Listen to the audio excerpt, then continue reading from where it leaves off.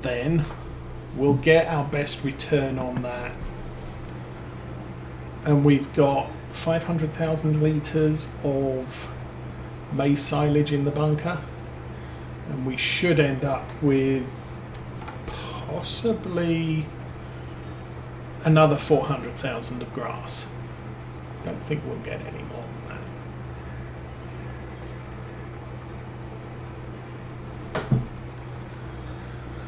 One thing that is a potential gain would, instead of using the loading wagon, if I used the forage harvester to pick up the grass, so I'll need a grass picker upper attachment. We'll get a boost in yield because the forage harvester has the old silage additive, which I believe adds about 10% to the yield. We got about 400,000 litres of silage, grass silage, in our first cut in August, which was worth about £100,000. Now, there's a little bit extra to be made if we wait until January and February.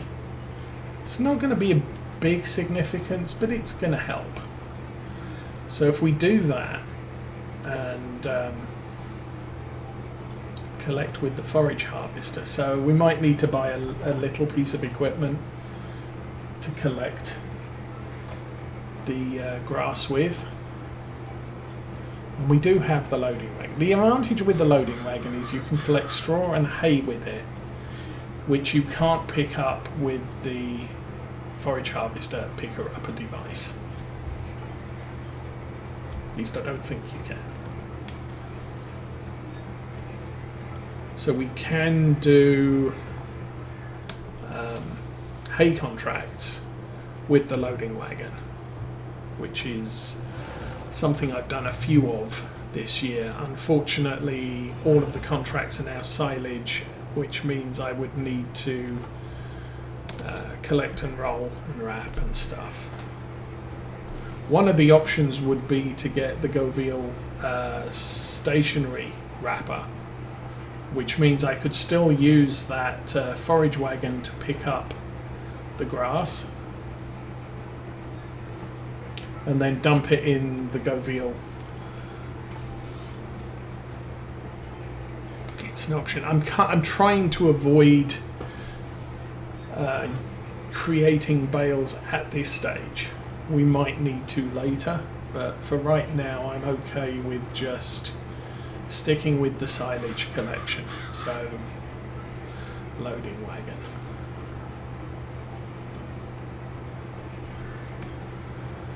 And yeah, we can use the loading wagon as a forage cart with the forage harvester anyway. So we just don't use the head on it.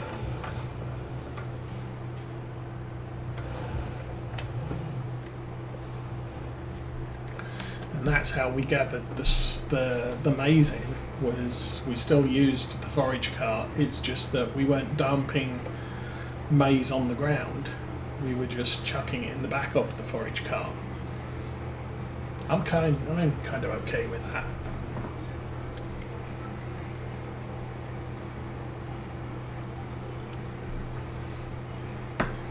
Oh, the other thing I haven't tried yet, I haven't downloaded yet. AutoDrive Guy has created an AutoDrive course for this map now. Although I don't need to use it because Cavalier Roy has done a very fine job creating point-to-point worker routes, so we can do all the worker stuff without having to resort to AutoDrive. But you know, AutoDrive now is an option when I download the course. Now, I've never used AutoDrive Guy's auto-drive courses on any map before. I don't know how comprehensive they are. I know Disturbed Simulations does like to use courseplay and auto-drive together, because it allows you to put a harvester on courseplay and then use auto-drive to have the tractor and cart unload the harvester and dump the stuff in a silo or in a sell point. So you can literally do a completely unattended contract if you want to.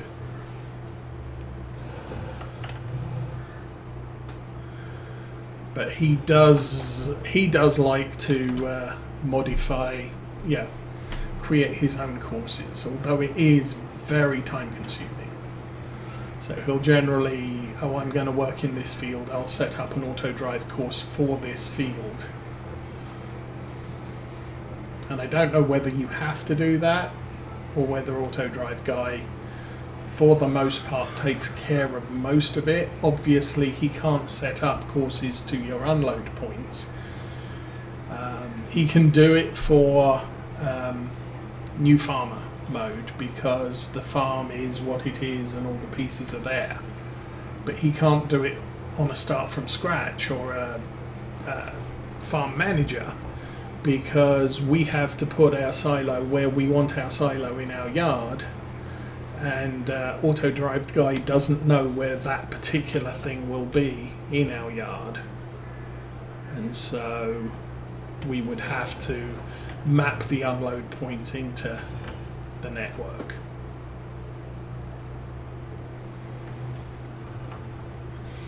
Anyway, what's the time? It is now 8 o'clock on October 3, and the sun has risen somewhere over there behind all the hills, because we're in northern Scotland and it's October and the sun doesn't come up very far. But hey, we can see what we're doing. I probably don't need to have the lights on. I don't need to have the lights on. So nice that we got this field lined, because I can see where I'm going. I suppose I could lime our field. I think it needs it. But if I throw lime out on our field, then it'll be easier to see where I need to cultivate.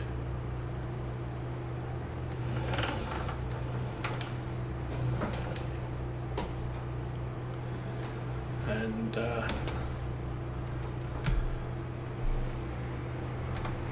although, it's a challenge either way, because then when I come to seed the field with grass, sometimes it doesn't come up with a particularly good contrast between cultivated and seeded. So maybe we cultivate our field. It's corn. It's got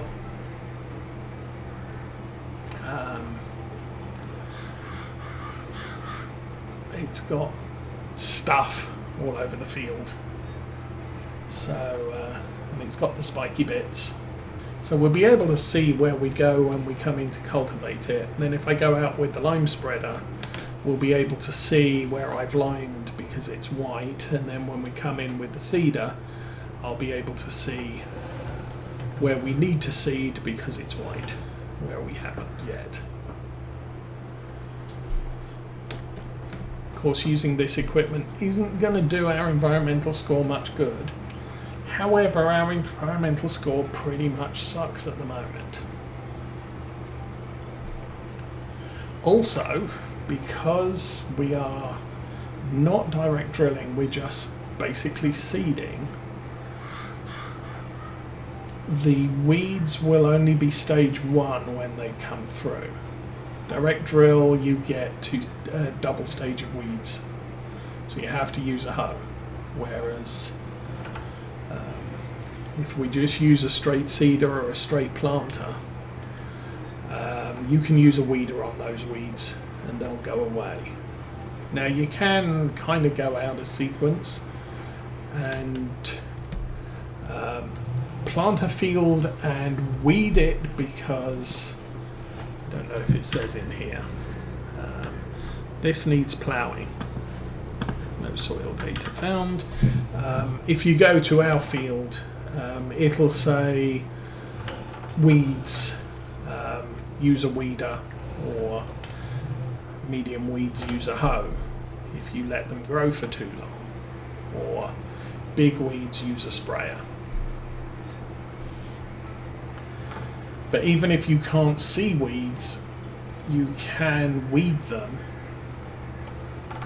So if you do a direct drill, you can then immediately go around with a weeder and remove all the weeds, and they won't grow. But it's a difficult task because you can't see where the weeds are. At least once the crop's growing, you can head out there with a weeder and weed the crop, and you can see where the weeds are, and you can see you're pulling them up, especially the medium weeds. I think mostly even basic weeds, or small weeds, young weeds, insignificant weeds, they're a different colour to the crop, so you can still see them.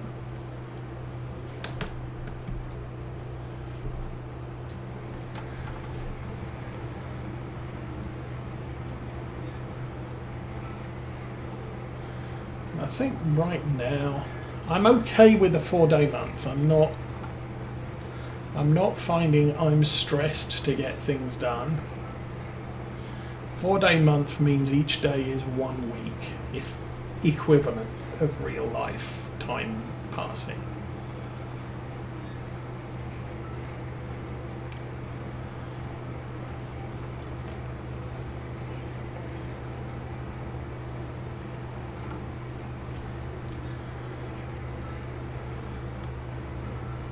I know I put some notes on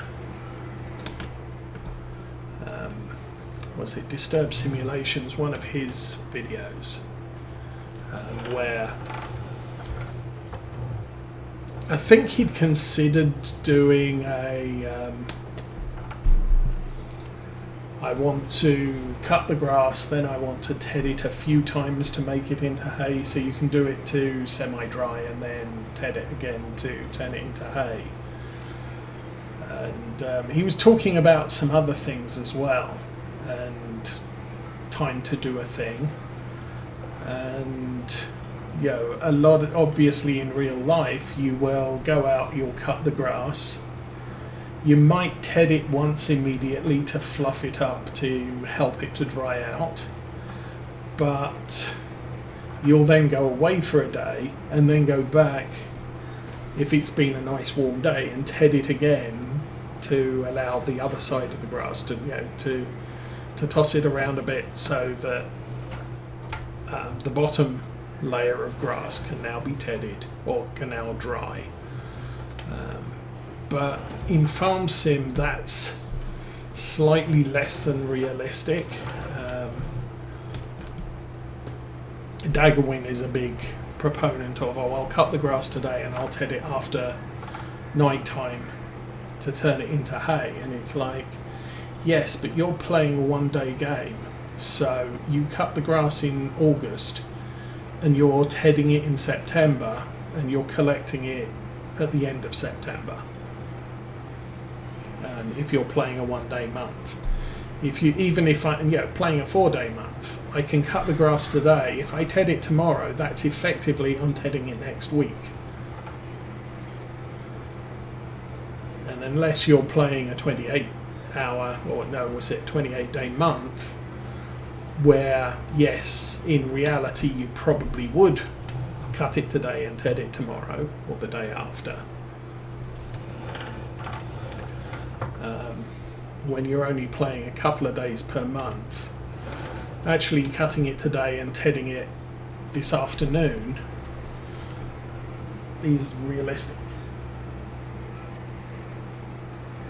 Because this afternoon in the real world would be the equivalent of I cut it on Monday, I'm tedding it on Thursday. Still a long time to wait, but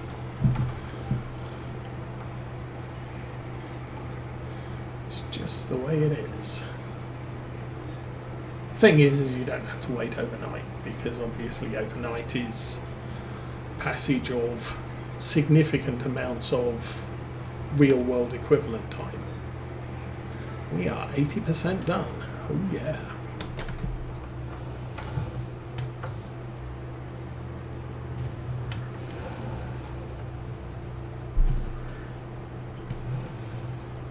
And this is a good little cultivator, all things told.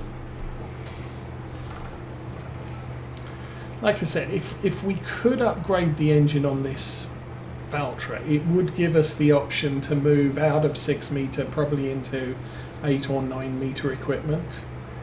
Or we could leave it as it is, and next time we buy a tractor, buy a bigger than 220 horsepower tractor. However, I think the next main tractor purchase I want to look at is probably something in the region of about 180 to 200 horsepower. Just something in the medium range.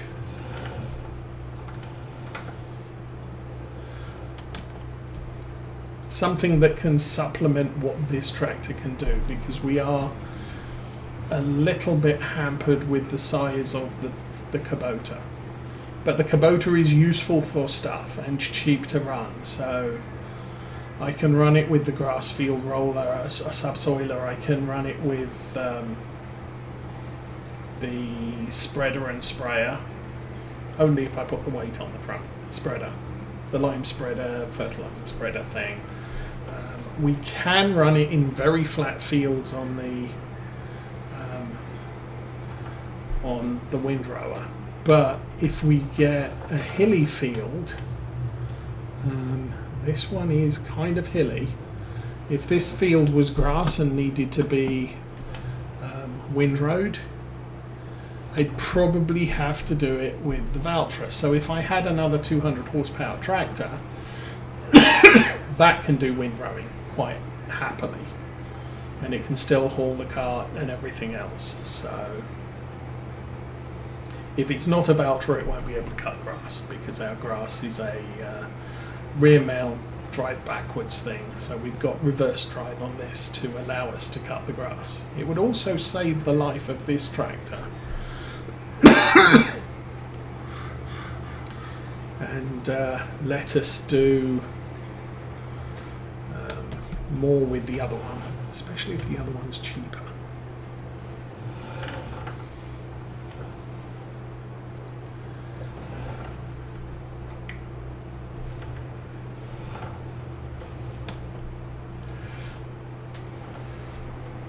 But buying a bigger tractor or buying any more equipment is probably not going to happen till February.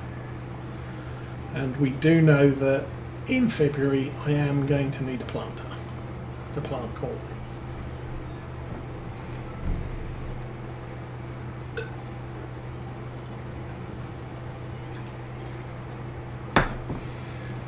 Although now we've got a seeder, we can actually plant crops.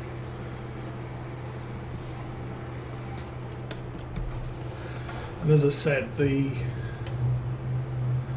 horse planter that goes with our seed tank, that's actually going to work quite well for us, because it's a fairly cheap piece of kit. It's 6 meters, so we don't have the seed tanks and everything else, which can add another 60,000 to the cost of seeding equipment. And so potentially that's going to be a fairly cheap option, but we are going to need one of those in spring.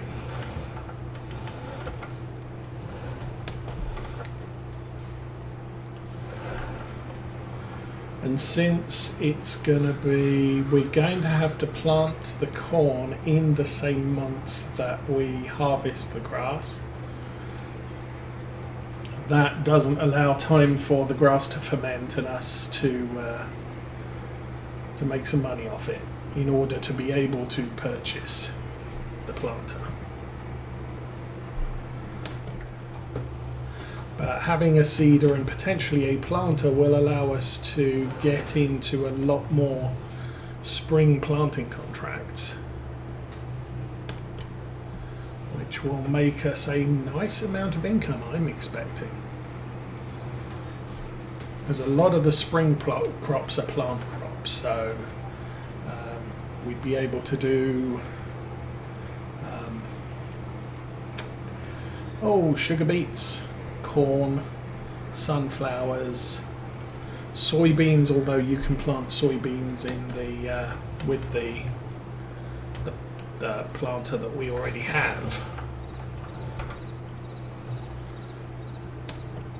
I'm going to finish this off. Oh, how's our age? 76%. Okay, so tractor needs some work. As I said, we'll probably need to maintain this once we've finished with our field.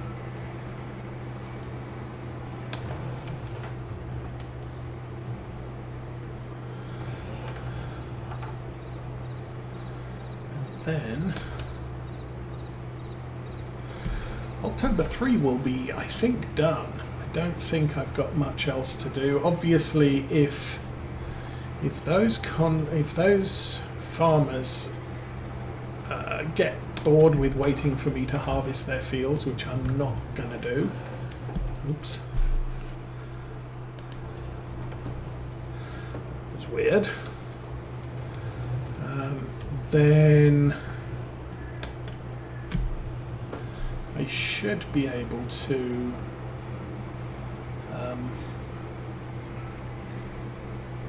there should be a couple more cultivate contracts come up before the end of the year, unless they come up as plough contracts, which is unfortunate because there's no used ploughs for sale.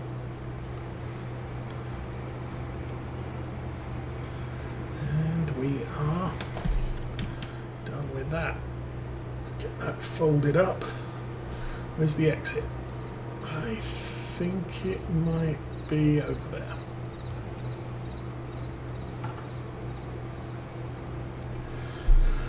Alright, so now I need to do our fields. We can collect on this one though.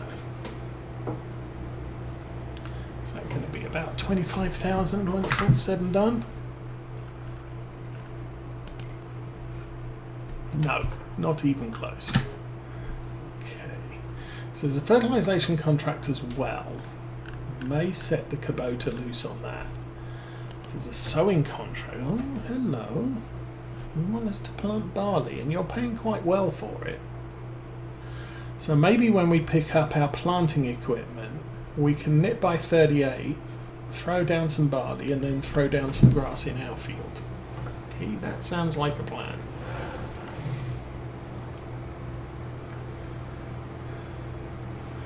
We may not have time today to complete all that, but we'll see where we get to.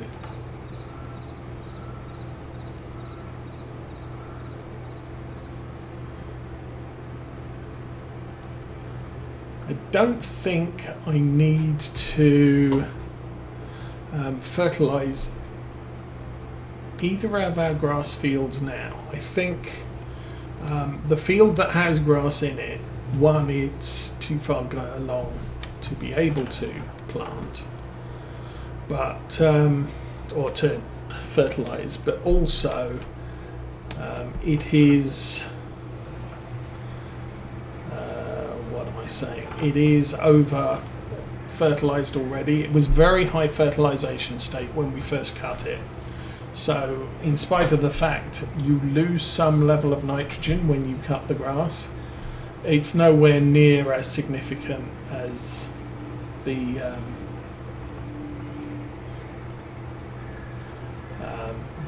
grass requirement. Grass only needs a small amount of nitrogen. And probably the same with this one. Probably don't need to boost the high nitrogen in this field because it was corn and it's still got a fair amount of nitrogen left in it. I don't know if foraging a field uses less or not.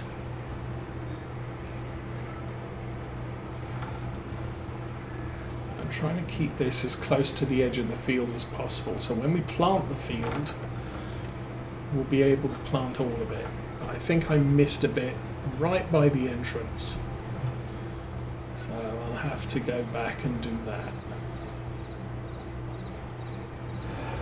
This bit we're pretty much covering okay.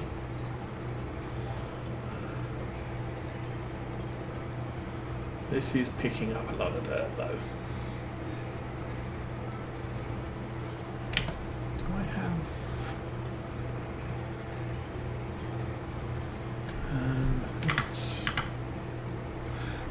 adjust dust scale. Left shift. Left shift.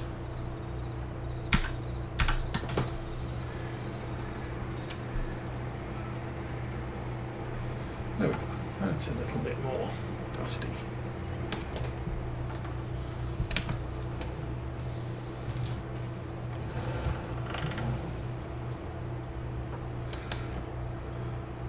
Oh, now one thing you won't have seen on camera is this field is a huge problem for the forage harvester. I think I only did 2 headlands. I should probably look at doing about 4 or 5. Because coming through here, the harvester remains a long way away from those trees when it's doing the headlands. But when it started doing the rows, it would try and do a turnaround along this edge, or along this end, and we ended up, I got stuck in these trees about 5 times. So, and since I don't think I own those trees, I think they're in the next field over, I am going to need to think about more headlands in order to